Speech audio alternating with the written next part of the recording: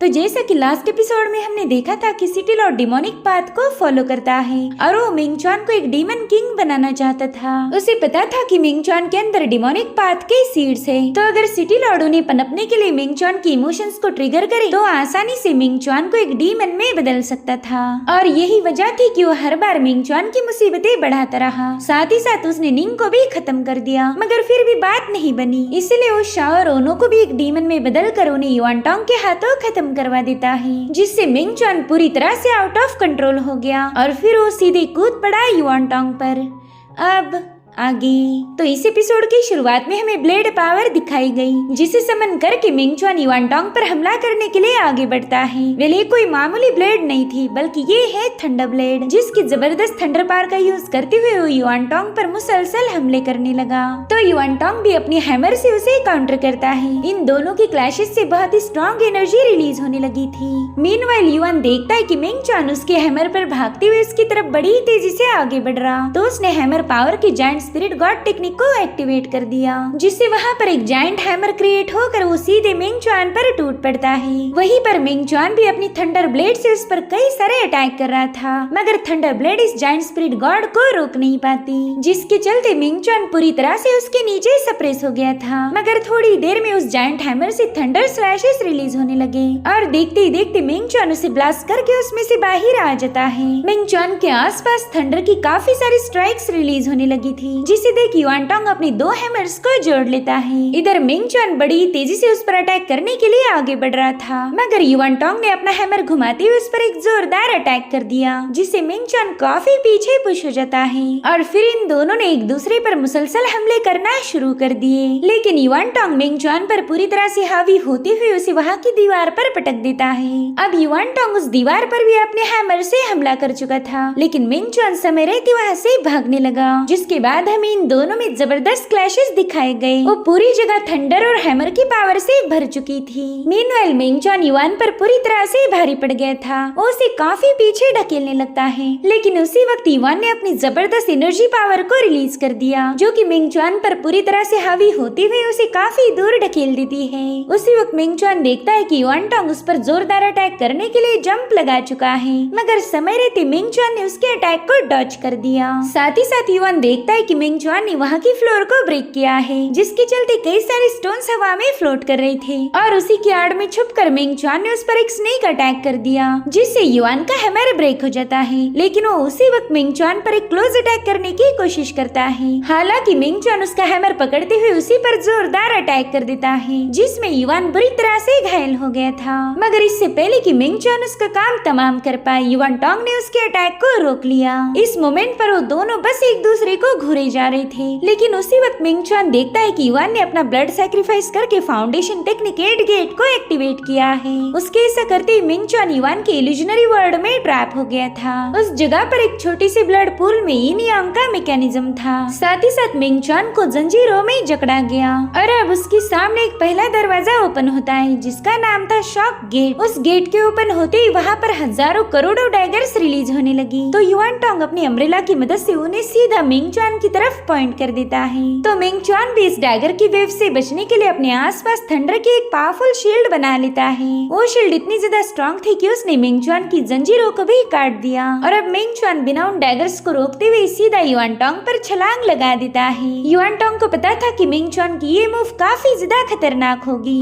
इसलिए उसने तुरंत ही डेथ गेट को ओपन कर दिया। अब जैसे मिंगचुआन अपनी थंडर ब्लेड लेकर उस पर हिट करता है, वो सीधे डेथ गेट से होकर अंडरवर्ल्ड में पहुंच जाता है। इधर युआनटोंग भी अपनी फाउंडेशन टेक्निक को एक्टिवेट करते हुए सीधा उसकी तरफ आगे बढ़ने लगा, जो देख मिंगचुआन भी कहाँ ही पीछे रहने वाला था। उसने भी अपनी foundation technique thunder blade power से सीधा युआनटोंग पर एक जोरदार स्लैश कर दिया। उस स्लैश के रिलीज होते ही युआनटोंग की फाउंडेशन टेक्निक अपने आप डिस्ट्रॉय हो जाती है, जिससे मिंगचुआन उस इल्यूजन से बाहर आ गया। इतना ही नहीं, मिंगचुआन के स्लैश अटैक ने सिटी लॉर्ड के मैंशन को भी डैमेज कर दिया था, मगर सिटी लॉर्ड इस पर कोई तवज्जो नहीं देता। उसे पता था कि मिंगचुआन मिंगचुआन अब उसकी मुट्ठी में है और वो जरूर से उसे डीमन किंग बनाकर ही दम लेगा। वहीं पर अब यानहुआ सिटी में बारिश होने लगी। मिंगचुआन देखता है कि उसके स्लैश अटैक की वजह से युआनटोंग बुरी तरह से घायल हो चुका है और तभी युआनटोंग अपनी सीने के अंदर अपना हाथ घुसा देता है। ये देखकर तो मिंगचुआन के होश ही उड़ गए थे। दरअसल युआनटोंग की बॉडी में एक डीमन सीड था जिसे क्रश करते ही उसके अंदर इवल पावर समाने लगी। वो भी सेम टू सेम शा और ओनो जैसा ही बहक गया था, यानी कि युआनटोंग भी अब सिटी लॉर्ड के हाथ की कठपुतली बन चुका है।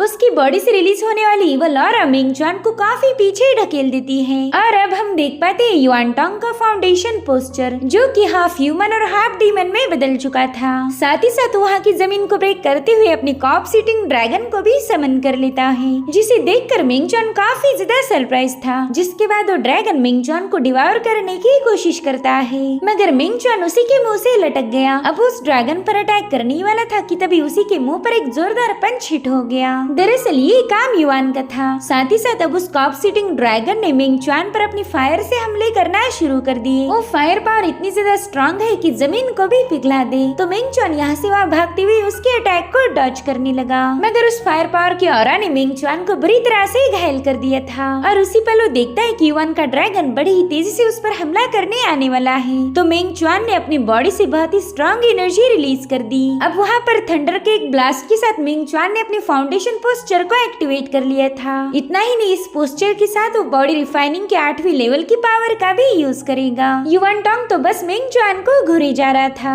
और उसी वक्त मिंगचुआन अचानक से गायब होकर अगले ही पल उसके सामने पहुंच गया। अब युआन उससे बचने की कोशिश करता है। वो बुरी तरह से झटपटा रहा था, मगर उसी वक्त मिंगचुआन उसे पकड़ते हुए सीधा जमीन की तरफ ले जाने लगा। यहाँ पर मिंगचुआन उसे उल्टा करके बड़ी तेजी से जमीन की तरफ आगे बढ़ रहा था और फिर वो युआनटोंग को बड़ी ही जोरों से फ्लोर पर पटक देता है। वेल, उसकी इस पावरफुल टेक्निक का नाम था आयरन स्मैशर। उस पूरी जगह में सिटी गेट की ऐसी की तैसी हो गई। वहाँ पर जितने भी स्ट्रक्चर बनाए हुए थे वो सब के सब ब्रेक होकर हवा में फ्लोट करने लगे। लेकिन युआनटोंग ने अभी तक हार नहीं मानी थी। वो अपने कॉप सिटिंग ड्रैगन को लेकर सीधा मिंगचुआन की तरफ भागने लगा। वहीं पर मिंगचुआन भी उसकी तरफ आगे बढ़ता है, मगर उसी वक्त ड्रैगन ने मिंगचुआन पर फायर से अटैक कर दिया, जिससे मिंगचुआन थोड़ा सा डिस्ट्रैक्ट हो चुका था। और इसी का फायदा उठाते हुए युआन ने मिंगचुआन पर अटैक करने की कोशिश की, लेकिन मिंगचुआन उल्टा उसी पर भारी पड़ गया था। जिसके बाद हमें इन दोनों में जबरदस्त क्लैशेस देखने को मिले। ये दोनों भी अपनी फाउंडेशन पावर का यूज करते हुए एक दूसरे पर पंचेस से अटैक कर रहे थे।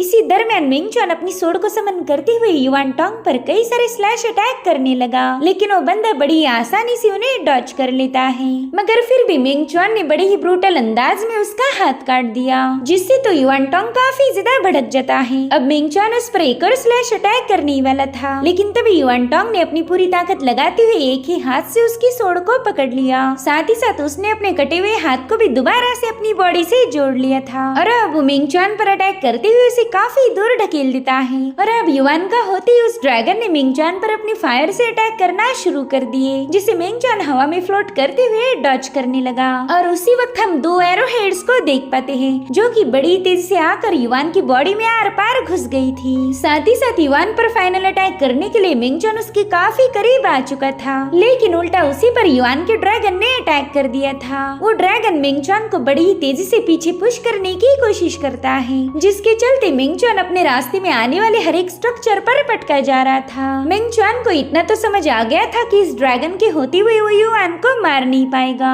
इसलिए मिंगचुआन अपनी उंगलियां उसकी आंखों में धंसाते हुए उसकी आंखें ही फोड़ देता है, जिसके चलते उस ड्रैगन की आंखों से ब्लड के स्लैशेस रिलीज होने लगे। इसलिए वो मिंगचुआन को हवा में टॉस करते हुए उसे निगलने की कोशिश करता है, मगर समय रहते मिंगचुआन ने उसके दांत को पकड़ लिया था और फिर वो अपनी पूरी ताकत लगाते हुए उसके दांत को उखाड़ लेता है, जिसके बाद मिंगचुआन ने उसी के दांत से उसी को स्टैब कर दिया। मिंगचुआन बड़ी तेजी से उस दांत से उसे चीरते हुए नीचे आ रहा था, जिसके चलते वो ड्रैगन दर्द से तड़पने लगा और फिर वो वहीं पर डिस्ट्रॉय हो जाता है। गाइस, ये सीन वाकई देखने में कमाल का था। अब मिंगचुआन का अगला टारगेट था युआनटोंग। उसने सीधे जाकर अपने सिर से युआनटोंग के सिर पर धड़क दे दी, जिससे वहाँ पर एनर्जी का एक बहुत बड़ा ब्लास्ट हो जाता है। साथ ही साथ मिंगचुआन ने अपने हेवी प्रेशर को रिलीज करते हुए युआनटोंग को सीधा जमीन पर लाके पटक दिया। अब तक तो ये दोनों भी अपने नॉर्मल फॉर्म में आ चुके थे। हम देख पाते कि मिंगचुआन युआनटोंग पर पागलों जैसे पंचेस हिट कर रहा है और तो और युआनटोंग ने अब इतनी भी पावर नहीं बची थी कि वो मिंगचुआन के सामने फाइट बैक कर पाए। मिंगचुआन तो बस उसके मुंह पर जोरदार बार पंचेस की बारिश कर रहा था और मिंग चॉन ने अपने पंचेस तब तक नहीं रोके जब तक उसके हाथ की हड्डी ब्रेक नहीं हुई, यानी कि उसने अपनी हड्डियां टूटने तक युआन टोंग के मुंह पर अटैक किए थे, जिसके चलते युआन टोंग की वहीं पर मौत हो गई। और फिर एक पावरफुल पंच के साथ मिंग चॉन ने शाओ और ओनो की मौत का बदला ले लिया। युआन टोंग की मौत के बाद ही उसका गुस्सा थोड़ा सा शांत हो गया, मगर अब मिंग चॉन भी बुरी तरह से इंजर्ड हो चुका था, जिसके चलते वो भी वहीं पर बेहोश हो जाता है। और ये सब सीनियर युनशाओ ने दूर से ही देख लिया था, जिसके बाद वो गुस्से में सीधा सिटी लॉर्ड के मेंशन में पहुंच गई और उसे गालियां देते हुए कह रही थी कि तुमने इतनी बड़ी प्लानिंग की, मगर वो सब की सब धरी की धरी रह गई। वो मिंग चॉन अभी तक डीमन नहीं बना, यानी कि तुम दोबारा से फेल हो चुके हो। और अब उसने गुस्से में आकर अपने ड्रैगन को समन करते हुए सिटी लॉर्ड पर अटैक कर दिया, मगर उसी वक्त सिटी लॉर्ड भी अपने इवल ड्रैगन को समन कर लेता है, जो कि एक नहीं बल्कि कई सारे थे। और अब इन दोनों ड्रैगन्स ने एक दूसरे पर अटैक करना शुरू कर दिए। उन ड्रैगन्स की पावरफुल ऑरा से पूरी यानहुआ सिटी शेक होने लगी। साथ ही साथ सिटी लॉर्ड के मेंशन की तो बैंड बज गई थी। थोड़ी देर पहले सिटी लॉर्ड अपने मेंशन में बैठा हुआ था, मगर अब उसके सिर पर छत भी नहीं। और तभी वो शाओ से कहने लगा कि सर आप थोड़ा सा पेशेंस रखिए, मेरे ख्याल से मिंग चॉन को एक डीमन में तब्दील करने के लिए इतना मटेरियल काफी नहीं होगा, तो हम इसमें थोड़ा सा और मटेरियल ऐड कर देंगे। वो अपनी कैंडल लिट करती हुई शाओ से कहने लगा कि आप ही तो यानहुआ माउंटेन को रिप्रेजेंट करते हो, इसलिए बस थोड़ा सा इंतजार कीजिए। गाइस यहाँ पर सिटी लॉर्ड शाओ को सर क्यों बोल रहा था, इसके पीछे भी कोई मिस्ट्री होगी, जो कि शायद आने वाले एपिसोड्स में क्लियर हो जाएगी। और तभी वहाँ पर एंट्री होती है कमांडर शाओ की। वो तो अपनी पावर्स को एक्टिवेट करते हुए सिटी लॉर्ड पर हमला करने के लिए आगे बढ़ रहे थे, मगर उसी वक्त युनशाओ ने अपना हेवी प्रेशर रिलीज करते हुए उन्हें एक जगह पर स्टक कर दिया।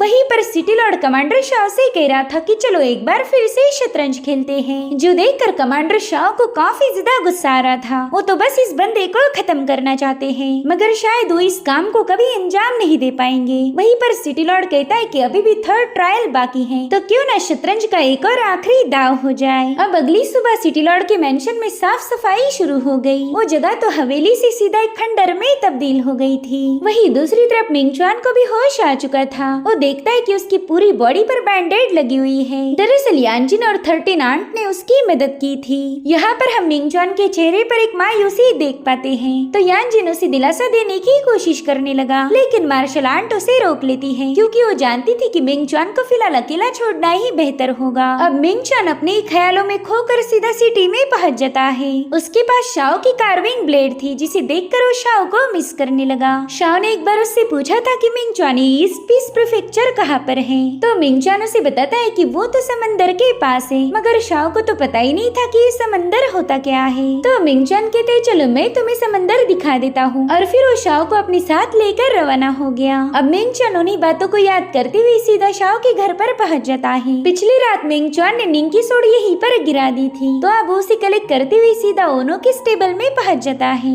उसे ओनो की काफी ज्यादा याद आ रही थी। साथ ही साथ मिंग चॉन को वहाँ पर शाओ ने कार्व की हुई एक डॉल भी मिल जाती है, जो कि शाओ ने स्पेशली लिन क्यू के लिए बनाई थी, लेकिन उसे वो डॉल लिन क्यू को देने का मौका ही नहीं मिला। तो अब मिंग चॉन उस डॉल को देखकर और ज्यादा इमोशनल हो गया। वहीं दूसरी तरफ हम लिन क्यू को देख पाते हैं, जो कि युनशाओ पर एरो से अटैक करते हुए उससे पूछने लगी कि बताओ तुमने उस बच्चे पर हमला क्यों करवाया, आखिर उसने तुम्हारा क्या बिगाड़ा था। साथ ही साथ वो युनशाओ पर अपने सबसे स्पेशल फिनिक्स एरो से भी अटैक कर देती है, मगर युनशाओ ने चुटकियों में उसके अटैक को डिस्ट्रॉय कर दिया। लिन क्यू को पता था कि वो इस बंदी का कुछ भी बिगाड़ नहीं पाएगी, इसलिए उसने अपने अटैक रोकते हुए वो वहीं पर बैठकर रोने लगी। वो कह रही थी कि वो बच्चा मिंग चॉन के लिए स्पेशल था। मिंग चॉन शाओ से अपनी जान से भी ज्यादा प्यार करता था, और तुम लोगों ने बस मिंग चॉन को हर्ट करने के लिए उस मासूम बच्चे की जान ले ली। पता नहीं मेरा मिंग चॉन किस हालत में होगा, उसे मेरी जरूरत है, तो प्लीज मुझे यहाँ से जाने दीजिए। यहाँ पर शाओ को लिन क्यू की हालत देखकर काफी ज्यादा बुरा लग रहा था, मगर फिर भी वो लिन क्यू से कहती कि चलो माउंटेन पर जाने का वक्त हो चुका है। वो वहाँ पर एक स्पेस क्रैक ओपन करते हुए लिन क्यू को उसमें भेजने लगी, मगर लिन क्यू यहाँ से जाना नहीं चाहती थी, इसलिए वो अपना एरो जमीन में धंसाते हुए खुद को बचाने लगी। हालांकि शाओ की पावर्स के आगे लिन क्यू की एक न चली। लिन क्यू से बार बार कह रही थी कि सीनियर सिस्टर प्लीज मुझ पर रहम कीजिए, मिंग चॉन को मेरी जरूरत है, मगर शाओ उसकी एक नहीं सुनती। उसने लिन क्यू को यानहुआ माउंटेन पर टेलीपोर्ट कर दिया था। यहाँ पर हम शाओ की आंखों में भी मायूसी देख पाते हैं। मेरे ख्याल से इस बंदी को जरूर से कोई मैनिपुलेट कर रहा है। जिसके बाद हमें शाओ और ओनो की कुछ मेमोरीज दिखाई गई। वो पल उन्होंने इसी ग्राउंड पर मिंग चॉन के साथ बिताए थे, मगर आज उस ग्राउंड को पताकों से सजाया गया था। यांजिन से तो मिंगचुआन की हालत बिल्कुल भी देखी नहीं जा रही थी। वो अच्छे से जानता है कि मिंगचुआन का ये जख्म बिल्कुल हील नहीं होगा। वहीं पर मार्शल आर्ट ने वहाँ पर एक बहुत बड़ी ग्रेव डिग कर ली थी। इसी जगह पर शाओ और ओनो को दफनाया जाएगा। इधर मिंगचुआन उस फील्ड में पत्थर की तलाश कर रहा था और तभी उसे एक काफी लॉन्ग स्टोन मिल जाता है जो कि मिंगचुआन से अकेले उठाया नहीं जा रहा था। तो यांजिन ने तुरंत आकर उसकी मदद की, जिसके बाद मिंगचुआन अपने कार्विंग नाइफ से उस स्टोन पर ओनो और शाओ का नाम लिखने लगा। इधर उन दोनों की बॉडी को ग्रेव में डाल दिया था, साथ ही साथ उसे एक व्हाइट क्लॉथ से कवर कर दिया गया ताकि कोई तीसरा पर्सन शाओ और ओनो के साथ हुए अत्याचार को देखने न पाए। इधर मिंगचुआन उस स्टोन पर लिखता है tomb of little Shao and little horse, your friend Mingchuan. उधर शाओ एंड ओनो की बॉडी से एक अजीब सी एनर्जी रिलीज होने लगी, जो देखते ही वहाँ मौजूद मॉर्टल लोग तुरंत ही भाग जाते हैं। साथ ही साथ यांजिन और मिंगचुआन ने तुरंत ही उस ग्रेव में जंप लगा दी थी। वो देख पाते हैं कि शाओ और ओनो की बॉडी एक दूसरे से अलग हो चुकी है। साथ ही साथ वो दोनों भी अब डिमोनिक पोजीशन से बाहर आ गए थे। यहाँ पर मिंगचुआन को लग रहा था कि शायद उसका दोस्त जिंदा होगा, मगर वो देखता है कि शाओ में तो कोई जान बाकी नहीं है। इसलिए वो शाओ को अपने सीने से लगाकर जोर जोर से रोने लगा और यही सीन वाकई रुलाने वाला था। जिसके बाद हमें टूम स्टोन दिखाया गया। यहाँ पर ओनो को दफना दिया था